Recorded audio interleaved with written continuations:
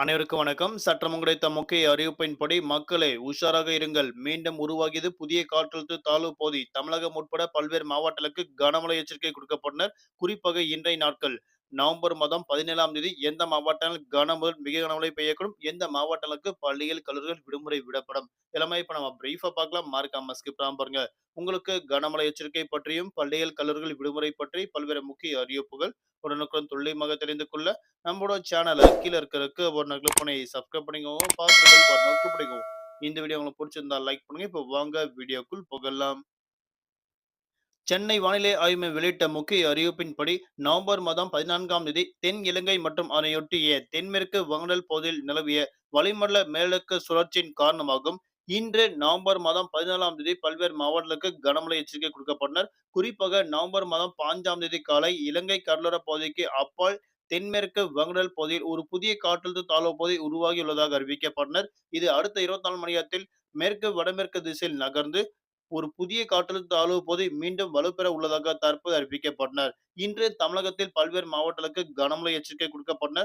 குறிப்பாக தமிழகத்தில் அநேக மாவட்டங்கள் இடியுடன் கனமழையும், குறிப்பிட்ட மாவட்டங்கள் மட்டும் மிக கனமழை எச்சரிக்கை கொடுக்கப்பட்டன. அதன்படி இன்றைய நாட்கள் கன முதல் மிக கனமழை பெய்யக்கூடிய மாவட்டங்கள் மற்றும் மிதமான மழை பெய்யக்கூடிய மாவட்டங்கள் என்ன என்பது தற்போது பார்க்கலாம்.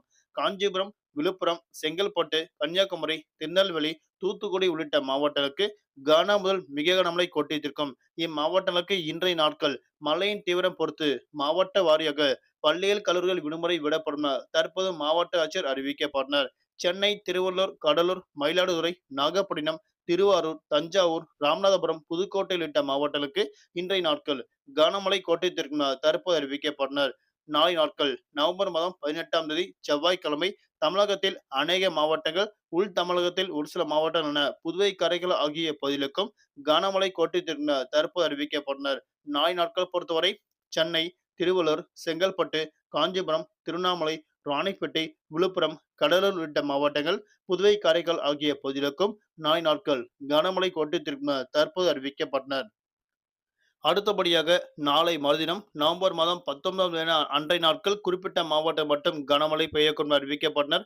தமிழகத்தை பொறுத்தவரை நவம்பர் மாதம் 21ஆம் தேதி வரை தமிழகத்தில் பல்வேறு மாவட்டங்களுக்கு கனமழையும், குறிப்பிட்ட மாவட்டங்கள் மட்டும் மிக கனமழை எச்சரிக்கை கொடுக்கப்பட்டனர். புதிதாக உருவாக உள்ள இந்த காற்றழுத்த தாழ்வு பகுதி காரணமாக தமிழகத்தில் இயல்பை விட கூடுதலாக கன முதல் மிக கனமழையும், குறிப்பிட்ட மாவட்டத்தில் மட்டும் ஆரஞ்ச் அலர்ட் விடுக்கப்பட்டதாக தற்போது அறிவிக்கப்பட்டனர். தமிழகத்தை பொறுத்தவரை நவம்பர் மாதங்கள் வரக்கூடிய புயல் காரணமாக எப்போது வேண்டுமானாலும், எந்த நேரங்களில் வேண்டுமானாலும் கனமழை தொடரும் என தற்போது அறிவிக்கப்பட்டனர்.